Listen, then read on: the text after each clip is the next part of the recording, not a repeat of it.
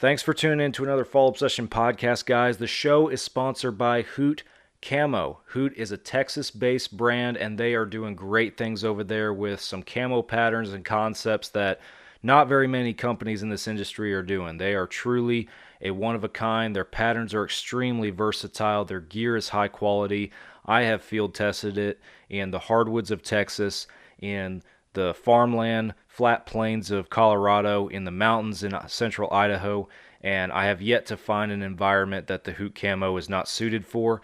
The best part about it is that Hoot Camo is at a price point that's realistic for the blue-collar hunter. If you're looking to spend some money and invest in a good quality set of camouflage, in my opinion, they are right up there with the industry leaders in hunting gear and camouflage, but again, at a realistic price point for everyday folks like you and me. So if you want to go shop around at Hoot Camo, especially during this holiday season, and find something for the hunter and your family, please do. They got far more than just camo. They also got just everyday lifestyle wear, the hats, the shirts, all of it, some fishing gear. So go check them out, hootcamo.com. And if you want to save a little bit more money at checkout, you can use the code FALLOBSESSION15 to knock a few dollars off. Go check out Hoot Camo. Trophy Edits is a Fall Obsession partner. I'm sure we've all had a picture of a significant memory in the field with friends or loved ones, and we're looking forward to seeing that picture because it is that memorable moment. But when we finally lay eyes on it, it just doesn't do the moment justice. Maybe the lighting was off, it was too dark. Maybe perhaps it's out of focus, a little bit blurry. What the Trophy Edits team does is they clean all that stuff up and make that photo and that memory, that moment, the best it can possibly be for you. You can also order some various size prints and other projects that they can work on for you, again, so that you can best capture and showcase those memorable moments in the field. Doesn't matter if it was from this year or previous seasons, or maybe even back when you were a kid on an old school photo, whatever it might be. They're willing to work on it. So go to the link in the description on this podcast episode. That will take you to the Trophy Edits website, and it will also let them know that you guys came from us. We really appreciate that. Go check out Trophy Edits. Ridge Rock Hunt Company is a podcast partner. Derek Eves is the man over there in Mississippi, and if you are looking to book your next hunt with a vetted and trusted outfitter, then you need to let Derek do all the hard work for you. He has a large network of vetted and trusted outfitters in North America that he sets his clients up with and guarantees a good experience, and you're always going to get that with Ridge Rock. So, Derek Eves, Ridge Rock Hunt Company, have them book your next hunt for you. And the Outdoor Call Radio app is a podcast partner. Outdoors Dan from Respect the Game TV, he created an app that you can download on any device where you can stream hunting shows and podcasts on a loop every single day. You will catch Fall Obsession podcasts playing on that loop on Mondays, the same day as their new publications, along with tons of other hunting shows and podcasts that we all know and love. Go download the Outdoor Call Radio app today. It's free, and you can start streaming immediately. And be sure that you're following Outdoors Dan and the Outdoor Call Radio app Facebook page and all of their social media accounts, because they do a couple of different local Midwestern live radio shows a couple different times a week. And even if you're not local to one of those stations, those broadcasts are shared on those social media pages under the live feature.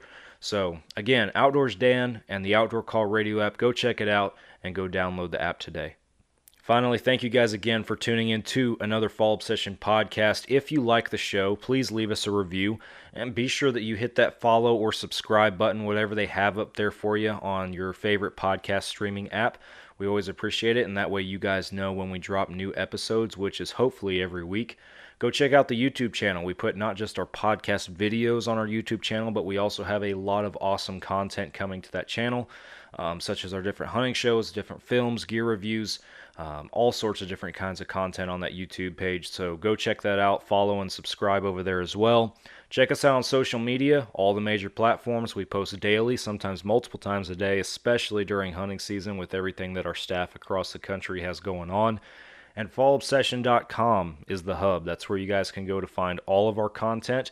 You guys can pick you up some apparel if you're so inclined. We just launched a new t-shirt line called the Hunter line. That's the HNTR line. So go check that out. It's a pretty cool design and might make a good gift this holiday season for the hunter and your family. So finally, be sure that you guys check out our shows that are streaming on Carbon TV, not just this podcast, but also our staff-inspired video podcast series called Couch Chats, streams on Carbon, along with 2 different hunting shows that we produce titled Texas Dirt and Midwest Mindset. You're going to want to go check out those shows as well. We got some awesome films in the editing room right now if they haven't released already, such as an Idaho elk hunt, a New York whitetail hunt, a northeastern Sitka deer hunt. All of these things are currently projects that we're working on, so we want you guys to see those films too and look forward to sharing those with you guys as well.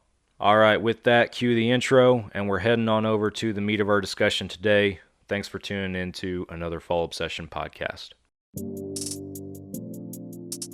Oh, you got her, dude. She's down. Let's go. Dude, I just shot a deer of a lifetime. Freaking smoked him. One with nature, and if you're a believer, one with God. Definitely gets your heart pumping. Boy, you are in trouble. Fall Obsession Podcast.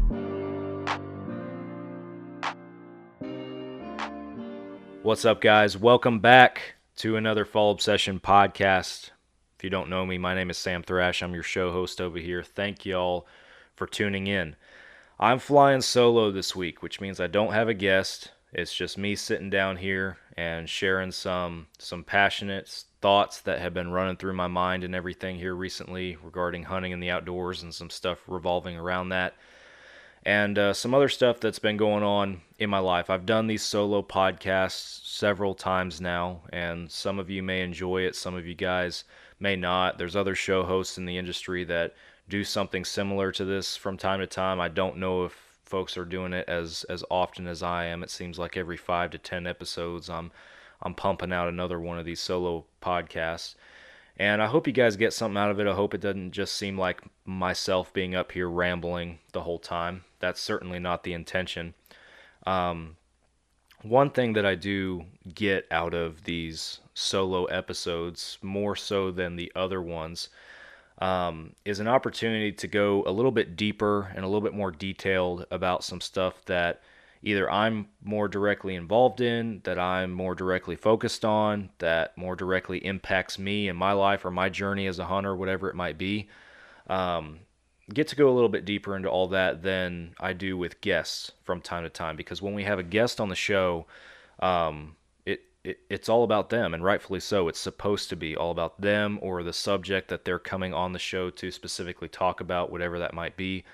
So whenever that's the case, I certainly have things to add to the conversation as the show host, but this isn't the Sam Thrash show. This isn't about me specifically. So, and not that this episode is supposed to be, but episodes like this are an opportunity for me to be able to get on here and to, like I just mentioned, just be a little bit more detailed about some stuff that has been going on or that's been on my mind. And that's been an intention of mine with this show and with the solo episodes, is that I'm not just getting on here to fill an episode slot.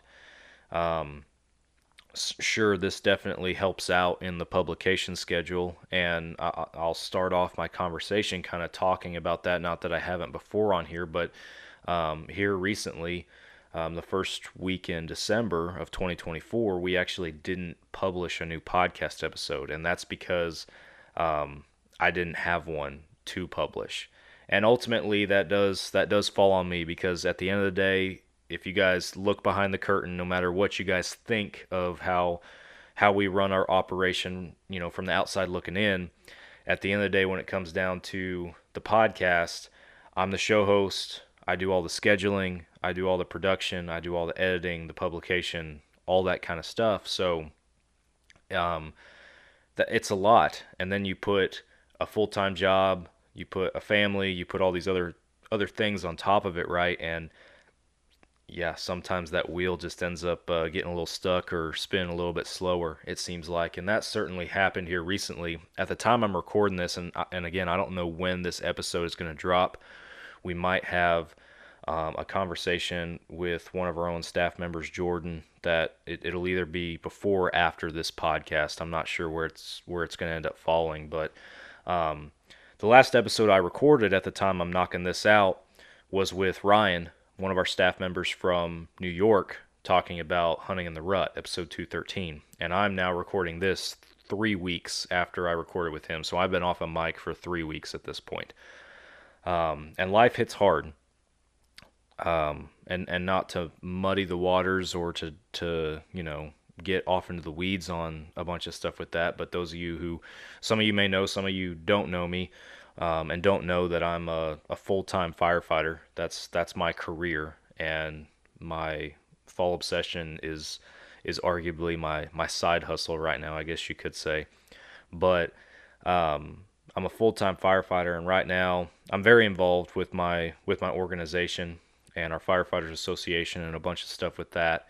And right now we have, I don't know, it just feels like a hammer has dropped over there, and we've had a ton of different individuals that have been involved in stressful situations with family members passing, whatever it might be. It's the holidays, which adds another layer to that.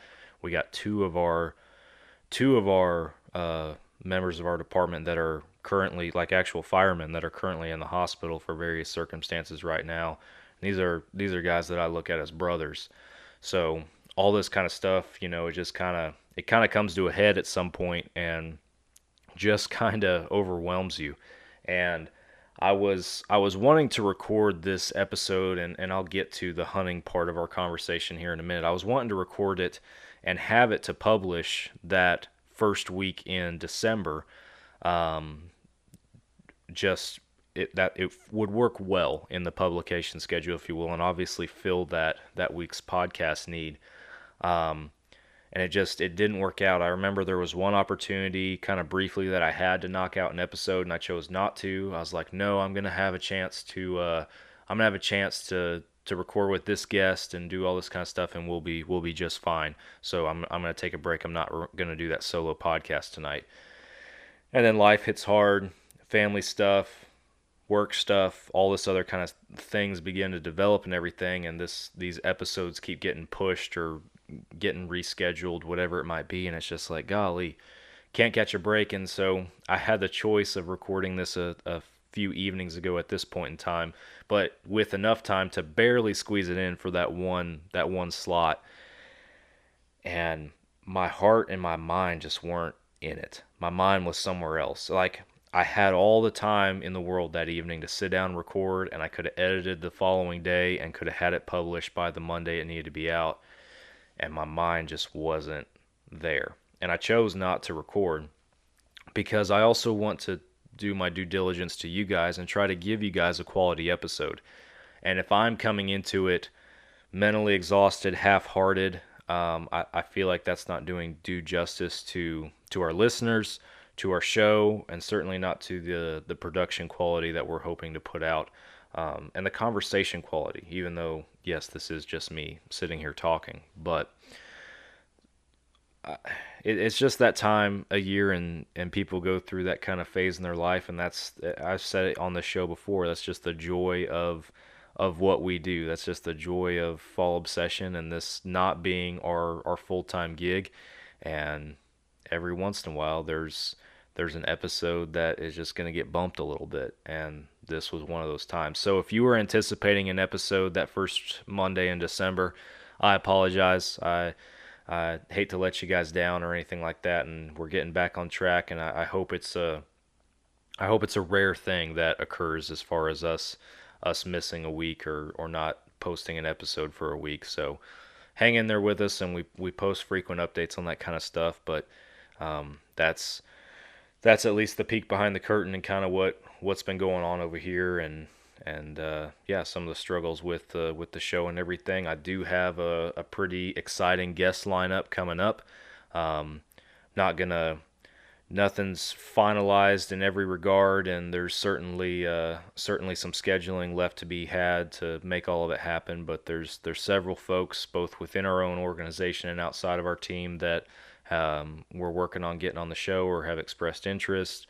Various stages of the scheduling and the production and all that kind of stuff. But I'm excited about some of the episodes that we have coming up, and I hope that it is wholesome, very informative, educational, relatable discussions that our listener base can get something out of. So I'm excited and hope you guys are as well.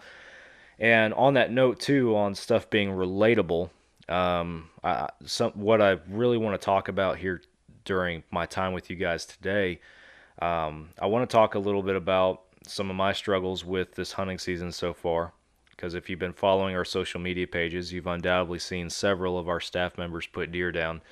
You probably hadn't seen me put a deer down, or at least if you have, it's after I recorded this podcast. So I want to talk about that, and then I also want to talk a little bit about just kind of the mentality of, I don't know how to put it, I guess full steam ahead, if you will, for just hunters as a whole.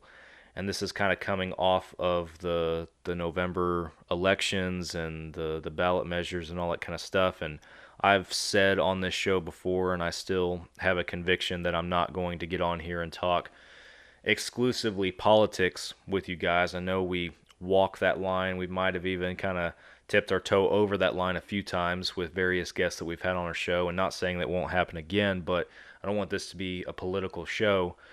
But there are certain aspects of politics, or what goes on in politics, that do impact the hunting and outdoor community. And that is where I think we as hunters need to be aware.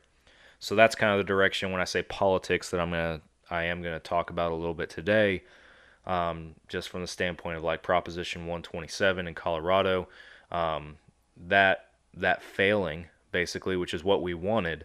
But then where do we go from here? So I'm not going to get ahead of myself. I'll dive into that here shortly. I want to start by talking hunting, talking whitetails, all that kind of stuff. I've recapped not my Colorado, that was last year, my Idaho elk hunt with you guys. Actually brought you guys an episode from elk camp, episode 208. That was recorded around the campfire with the guys in elk camp. It was an awesome experience. Go listen to it.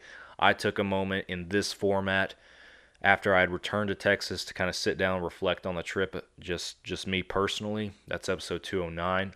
And then we've gotten into some deer hunting and everything in the episodes that have followed that, but not necessarily exclusively about hunting down here in Texas. I've brought it up a few times where relevant in some of our recent conversations with guests, but I haven't just full on, hit the nail on the head with it. So that's what I intend to do.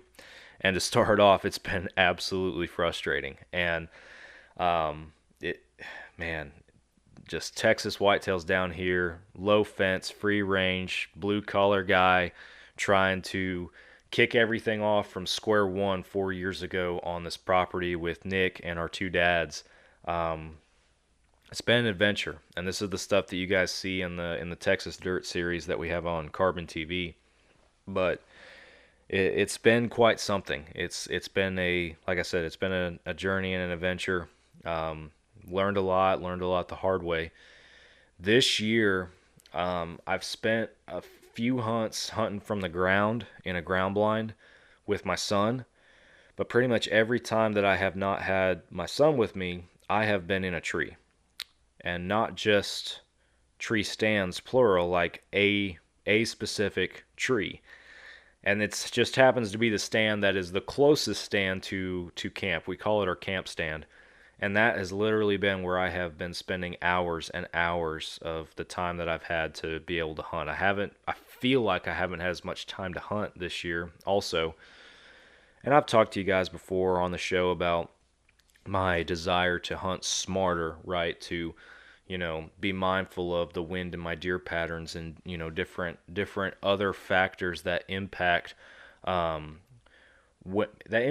I'm going to see these target bucks that I'm looking at. And we've had some nice target bucks on Texas Dirt this year for sure.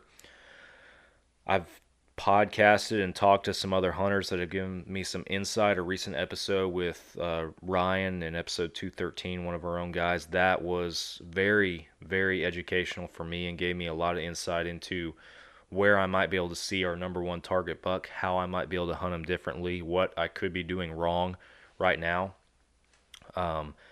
So a lot of good insight into that as far as what we should expect it to do during the rut and now getting into post rut and everything. That deer has played a role in our in our lives since then as hunters out there. I'm not going to tell that part of the story in this episode because that part of the story involves my counterpart out there, Nick Powell, and our production director here at Fall Obsession, because he's the one who has actually had encounters with that deer and has a story to tell when it comes to that buck. And that's his story to tell. I'm not going to try to tell it on this podcast. So that's an episode that I'm going to try to do with him in the near future, to kind of piggyback off of this one, or at least our whitetail hunting down here as far as that goes. But going back to me and where I've spent all my time, I've been spending it in this particular stand because it's been the most consistent.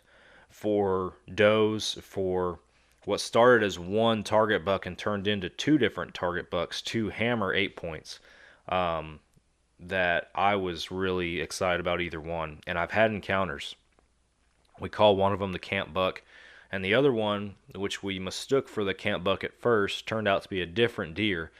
So we never really assigned him a name or something like that. And, people can say what they want about me naming my deer. It just helps me keep them straight. And when I'm talking to other guys on the lease and I mention a particular buck, like the camp buck or whatever it might be, they know which deer I'm talking about. So I feel like it just kind of helps in that regard. But man, this deer, absolute hammer. One of the biggest bodied bucks I've ever seen. Just this dude is thick. He's just massive. And I've had a couple of laid eyes on him a couple times, and at first I thought I was laying eyes on him at the time of recording this last week, but turned out it was a different 8, a big 8, wide, tall, and this deer he was just there, just boom. One morning, very first light, 25 yards, broadside, just boom. I sitting as still as you can be. I look one way and I turn my eyes and I look and boom, he's right there, 25 yards, just like that. And I'm like, golly, don't have my bow in my hand, not ready yet, and couldn't get a shot. And that's what's been frustrating for me about this particular stand location, is just that it has been so hard for me to get drawn back on these deer.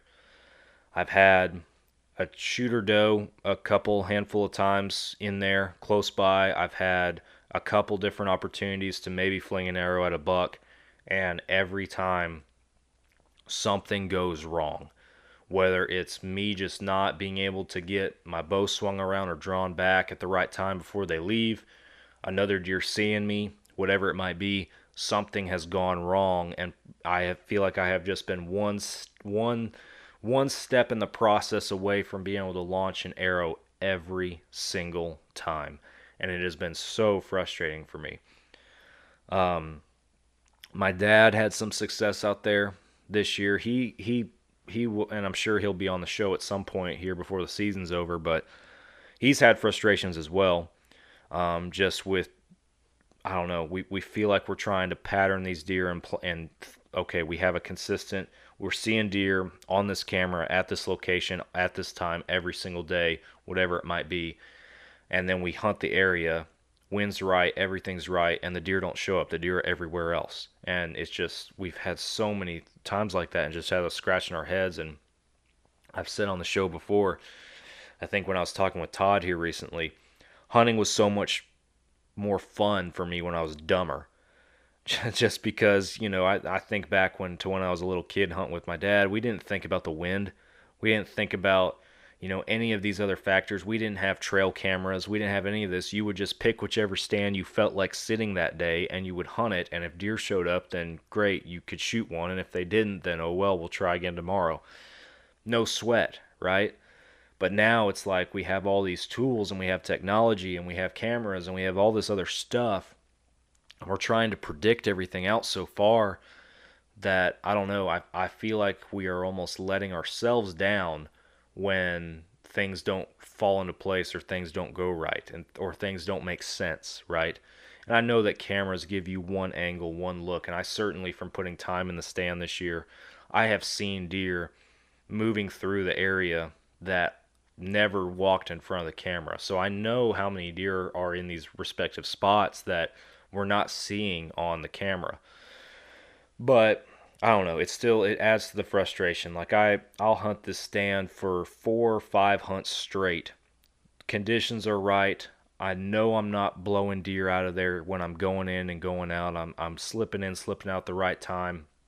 I'm not blowing deer out of there or making a bunch of ruckus or a bunch of movement while I'm in the stand. Like, I'm hunting what I feel like is right, putting time in, having all these frustrations on trying to get my bow back and everything, and then I'll hunt randomly on a cool, crisp morning that's just supposed to be perfect, right? And there's nothing.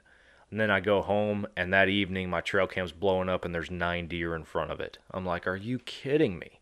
Like, it's so frustrating in that regard. So that's been the story of our season and everything. And that buck that I had mentioned that was in front of me at 25 yards, that buck did hit the ground. Nick's dad, Robbie, on Thanksgiving weekend or that, I don't remember if it was Thanksgiving Day, like that evening or the day after, but he put that deer on the ground, shot him, came in at one of his stand locations. Absolutely beautiful, beautiful buck, stud whitetail. I would have loved to have put my tag on him, and I'm tickled to death that he had the opportunity to, that one of us did, because that's the other thing. Like, we're all in it together. We're all hunting out there together.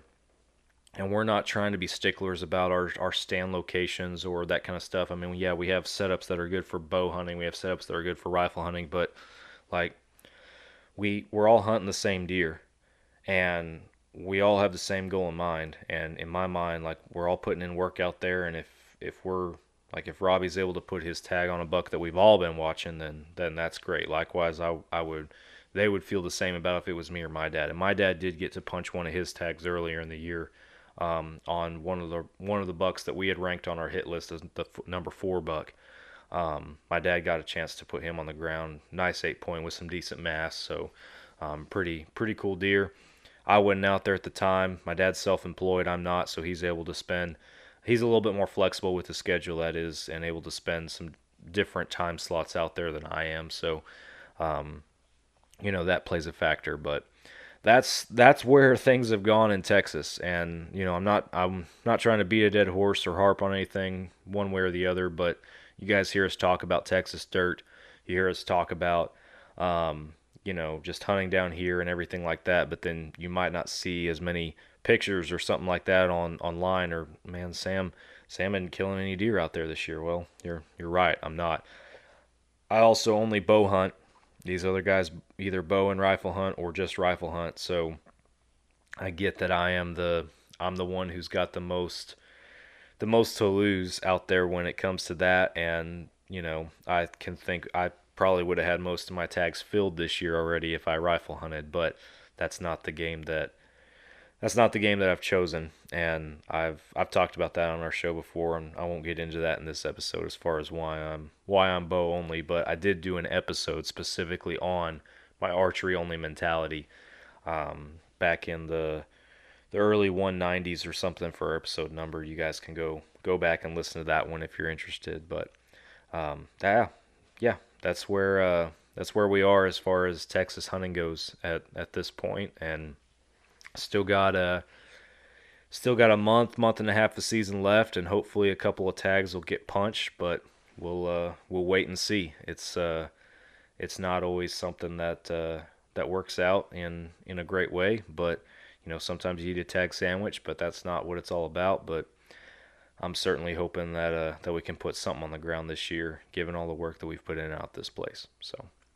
All right, so I'll leave the tales of Texas dirt, what's left, to be told at another time or caught up at another time. Hopefully when I have one of the other guys, my dad or Nick or somebody on the show that can give their perspective as well, give you guys another conversation. But I'm going to move on to the other topic that I wanted to discuss today and that I had mentioned to you guys, and that was getting a little bit political, right? And talking a little bit about some of that stuff.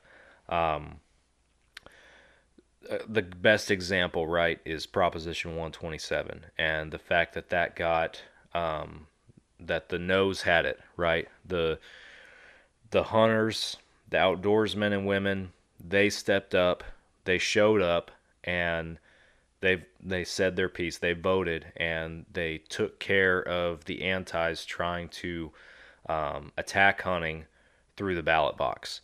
And a lot of credit has to be given to organizations like the CRWM, the Coloradans for Responsible Wildlife Management, and Dan Gates over there. We had Dan on our show several episodes ago, before the November election, to talk about the importance of everything that was going on with that, and why people needed to vote no, and why mountain lion hunting in particular is something that needs to stay around.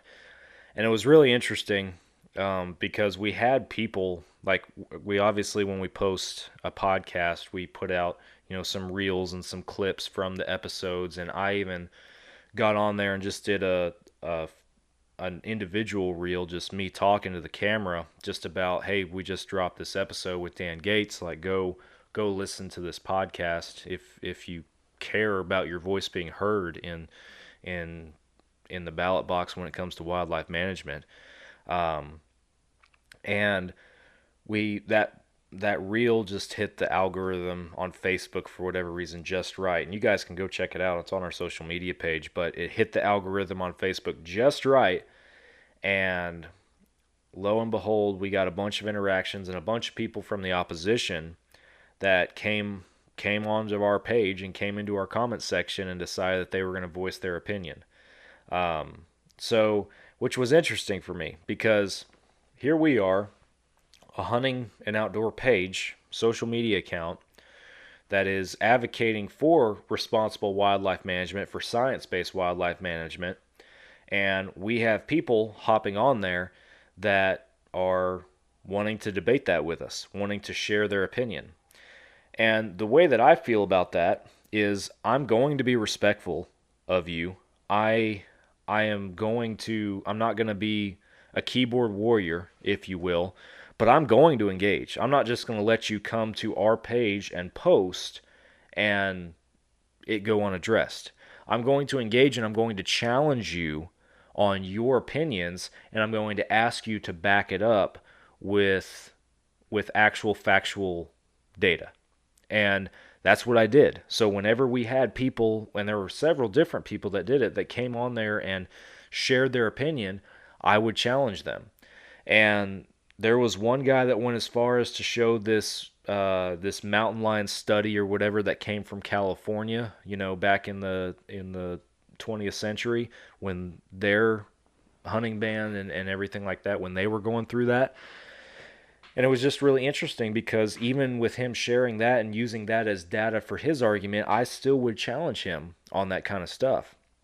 And it's very interesting, because they share their subjective opinions with you, but when you actually start asking them to back up their arguments with that factual information, that's where they just stop commenting and everything. And like, I engage knowing that I am not going to change their mind. If John Smith gets on there and comments and is talking about how I'm going to vote yes on Proposition 127, y'all are a bunch of idiots, however abrasive they want to be, I know that me interacting with that person is going to do absolutely nothing to change their mind. Their mind is already made up, just like mine's already made up. They're not going to change mine. But what I'm hoping to do by engaging and carrying out this discussion with them and asking them to back it up with factual information is that the people who are looking at it, who are not decided, who don't know exactly what they think about it, I'm hoping, and the goal is that they can read that and make an educated decision for themselves on, okay, here's somebody, an organization like Fall Obsession that is keeping their comments together, that is being respectful in the way they engage, but they have data, they have information, they have legitimacy to their argument, and here's somebody who's emotional, subjective, and can't back anything up. That's the line, right? And so I got a little bit deeper into that than I was hoping to, but again, just driving home the point of, if you're going to come over to our social media pages and engage or challenge us on our stance on something like that, you're more than welcome to. But just know that we are going to discuss it with you, and we're going to ask you to back it up. Like, you're not just going to be able to log on and drop whatever comment you want and not have it go unaddressed. I won't delete your comment unless it's, disrespectful or inappropriate, but we are going to engage, and we are going to promote that conversation and everything. So, yeah, again, I wasn't trying to get that deep into that in particular on this podcast episode, but didn't even really think I was going to mention that. But I wanted to talk about Proposition 127 just because that is obviously the big one that is most recent. Like I said, organizations like CRW and Dan Gates, all the credit goes to them. They spent a lot of time, effort, and money to fight that fight at the level that they fought at the legislative level. Where I want to talk about things, where I want to address things on here is that we're not done. We as hunters have many more fights like this ahead of us, because this is one instance, like Proposition 127 in Colorado, this is one instance where we beat them. We beat them on a front that they didn't think that we could beat them on. And Dan Gates has talked about that on various shows that he's been on since the election, as far as how the progression of an organization like CRWM to combat the antis and their agendas, and now they went as far as to take it to a ballot box in a left-leaning state where they felt like they could have enough support from the uneducated individual to be able to get something like this passed, and we as hunters as a whole still beat them. They're not done. They're going to rally and come back and try to take a chunk out of whatever they come up with next.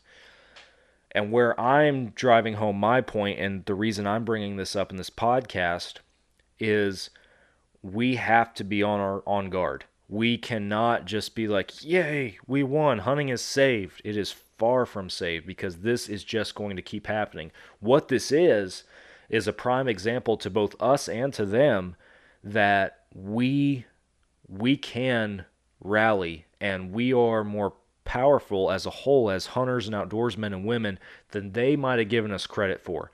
And when they threaten our rights as hunters, when they threaten science and factual based wildlife management, that we are capable of, we've shown them that we are capable of rising to that challenge and overcoming it. But that doesn't mean that they're going to stop. And they're going to come back and they're going to swing harder than they did before, and we got to be ready to defend that harder than we did before. I'm from Texas. I am not a voter in Colorado. When I went to vote in November, Proposition 127 was obviously not on my ballot. But what happens in Colorado, what happens in Kentucky, what happens in name the state, whatever happens in these other states where hunting is being attacked, responsible wildlife management is being attacked, whatever it might be, when that happens in other states and I'm ignorant to it, that's my own fault, because that's going to come here in one way or another, whether I like it or not, at some point in my life. And I need to be paying attention. We are in a unique boat, right?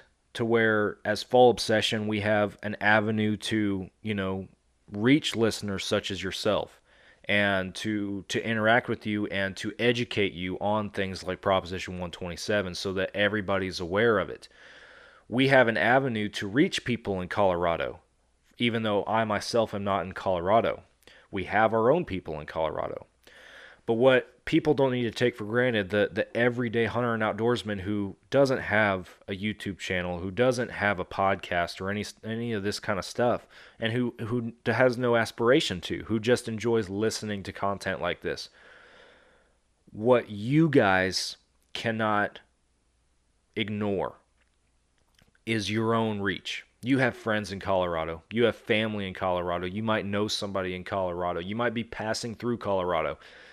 Those are your opportunities to educate in this specific instance. For example, if there's a 127 situation, you can still influence people. You can call up your uncle that lives in Colorado and be like, hey, I heard this is on your ballot. What do you think of this? Okay, well, have you ever thought of it this way? You can take the initiative to do that, and even that little interaction, that is what makes a difference. Because even if your uncle in Colorado doesn't hunt or doesn't care about it, if he cares about you and he understands that this is something that means something to you and you're able to educate him on why, you're more likely to sway his opinion. So they're coming after any and everything, big and small, wherever they can see a weak point in a hunting law, regulation, a wildlife management strategy, whatever it might be, and they have an opportunity to interject. That is where they're going to try. And it might not be in Texas right now. It might not be in your state right now, but that doesn't mean it's not coming. We have to pay attention. And when it does come our direction, we have to be ready to act. We have to be ready not just to cast the vote ourselves, but we need to be able to defend it with factual information, with a respectful and thorough argument, dare I say, and be able to help those people that are on the fence, those voters that might not have a dog in a fight or whatever it might be, but they're influenceable, and that's where we have to be influencers and to make a difference in that regard. Likewise, there are states where, while this might not ever be on the ballot, you might have the ability to elect your wildlife commissioners, or those who make the wildlife management decisions in your state, or elect the people who appoint the people who make those wildlife decisions. You need to pay attention to what those people in your state are doing for your wildlife management. You need to pay attention to whoever it is that makes those decisions. You need to pay attention to the decisions that they're making. And if you have, as the voter, as a citizen, the power to put them in office or take them out of office, or if they're appointed by somebody that you have the power to put them in office, take them out of office as a voter, that's where you need to be paying attention, and that's where your focus needs to be. And if they're slipping up and they're doing something wrong, it needs to be addressed. And if it's not being addressed, then it's time to get rid of them. It's time. Look, this is the kind of thing that we have to be paying attention to. We have to, as hunters and outdoorsmen and women, we have to be watching. Because the second that we let our guard down and we're not watching, we're not paying attention, then somebody is going to make a decision that is going to impact everybody else. And nobody was watching, nobody was paying attention, and guess where that's going to lead? So I'm rambling a little bit, but it goes beyond organizations like the CRWM or Howl for Wildlife.